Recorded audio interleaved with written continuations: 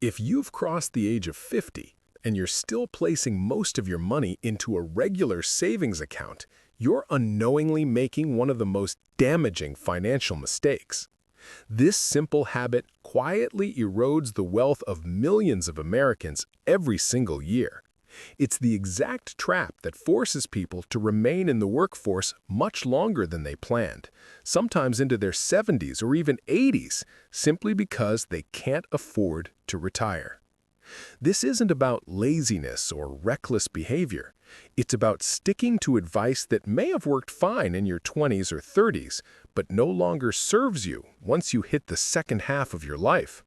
Wealthy individuals figured this out early, and that's why they don't keep their money where the middle class does. Instead, they follow a completely different approach that might sound strange compared to what you've been told about safe retirement planning. But the outcomes prove why it works. After spending over 15 years studying the choices and financial behaviors of high-net-worth individuals, I stumbled upon a surprising truth. Wealthy people abandon savings accounts once they hit 50. Not because they don't care about security, but because they know that leaving large amounts of cash sitting idle in a savings account is one of the weakest ways to preserve and expand wealth later in life. The reason comes down to three silent wealth killers that show up after 50: inflation, taxation, and the shrinking timeline you have to grow your money. Let's look at each of these. First is inflation. Many people feel comfortable with their high-yield savings account that offers 4% interest, but if inflation is running at 3.2%, then the actual buying power increase is just 0.8%, and that's before taxes cut into it. Which leads us to the second destroyer: taxes. The interest you earn in a savings account is taxed as regular income, which means that 0.8% real return might shrink to 0.5% or even less depending on your tax bracket. On $100,000 saved, that amounts to only a few $100s of real growth in a year, barely enough to matter. Meanwhile, your groceries, healthcare, property taxes, and utilities continue climbing faster than your money grows. The third destroyer is limited time.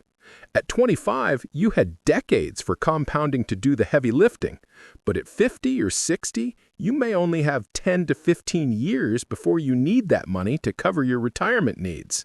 That shorter runway makes slow and safe growth practically useless because the clock is no longer on your side.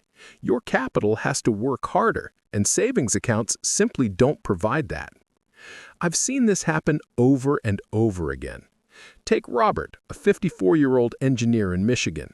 He had $350,000 in certificates of deposit earning 3.5%. He felt protected because his principal was guaranteed, but after inflation and taxes, his growth was almost zero. Over just 5 years, his purchasing power fell by $20,000. He thought he was being conservative, but his savings were shrinking without him realizing it. Wealthy people avoid this trap by refusing to let their money sit idle. They operate with a principle I call wealth velocity. In their view, money that stands still loses value, but money in motion multiplies. They think of every dollar like a soldier. Soldiers who never leave camp can't win battles. They deploy their dollars into assets that produce income and grow in value, assets that beat inflation and provide real returns after taxes. For some, that means buying into dividend growth companies with decades-long records of raising payouts. For others, it could be investing in healthcare-focused real estate investment trusts, which benefit from the aging population while offering steady yields of 6 to 8% and room for appreciation. Some even use debt strategically. That may sound risky, but it's often smart and deliberate. Borrowing at 6% to invest in something generating 8 to 12% can create a healthy profit margin. For instance, using a home equity line of credit to buy dividend aristocrats yielding 4% with a history of 8% annual growth can produce both income and long-term appreciation, sometimes with the added benefit of tax-deductible interest. They also take advantage of tax strategies especially useful after 50. This includes things like backdoor Roth conversions, mega backdoor Roths, or cash balance pension plans for business owners. These options allow them to protect large sums from taxes while keeping funds invested for continued growth. Middle-class savers often overlook or dismiss these approaches as too complicated, but the wealthy know they make a massive difference over time. The biggest difference, however, isn't just strategy, it's mindset. Most middle-class savers see money as something to guard, stash away, and keep safe. Wealthy individuals view money as a tool, ammunition to be put to use. Holding on to it too tightly can be just as dangerous as wasting it. Many people over 50 become so risk-averse that they avoid opportunities altogether, but that caution can backfire, allowing inflation and taxes to slowly erode financial security.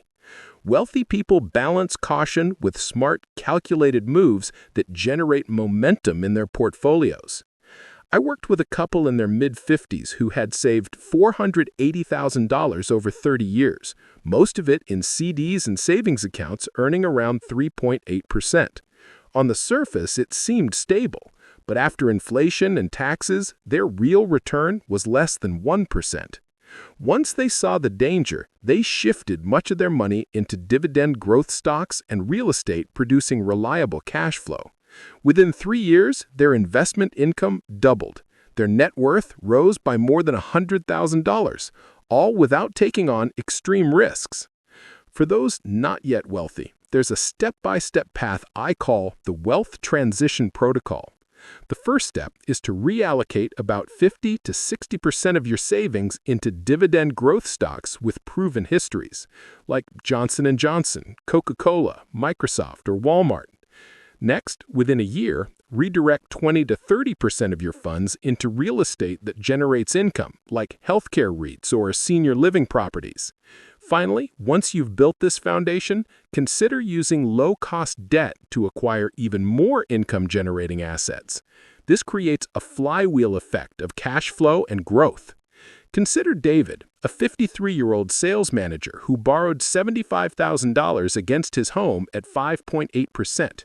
He invested in a mix of dividend stocks and REITs yielding an average of 9.2%. 4 years later, his $75,000 grew into more than $115,000. His investment income covered his loan payments, and he still had surplus cash each year. Or take Carol, a 52-year-old teacher with $200,000 in CDs earning 4%. Once she realized her true return after inflation and taxes was barely 0.5%, she shifted $120,000 into Dividend Aristocrats, $50,000 into medical REITs, and kept $30,000 as an emergency buffer. Within 3 years, her yearly income rose from $8,000 to $14,600, and by year 5, she was making $19,200 annually. Her portfolio value climbed to over $340,000, and a large part of her living expenses was now covered by passive income. People often hear these kinds of stories and immediately think that's too risky. But here's the reality. The biggest risk for anyone over 50 is leaving their money somewhere guaranteed to lose against inflation. I call that silent poverty, the hidden erosion of your purchasing power that forces you to lower your standard of living later on. Wealthy people understand that stock market dips and downturns are temporary, but the damage from doing nothing is permanent. That's why they spread out their income sources, hold reserves for opportunities, and avoid panic when markets get rough. Savings accounts, on the other hand, don't protect you. They just shrink quietly in the background. At this stage of life, time is your scarcest resource. Every month your money sits still is a month of lost compounding you can never recover. The wealthy recognize this, which is why they take bold, strategic steps instead of waiting for the perfect moment. That perfect moment almost never comes, and hesitation costs more than careful action. This isn't about gambling away your retirement. It's about refusing to let inflation and taxes eat away your future in silence. Now that you know why the wealthy don't rely on savings accounts after 50, you face a choice. Continue doing what most people do and hope for the best, Or adopt the strategies of the wealthy and make your money work harder before time runs out.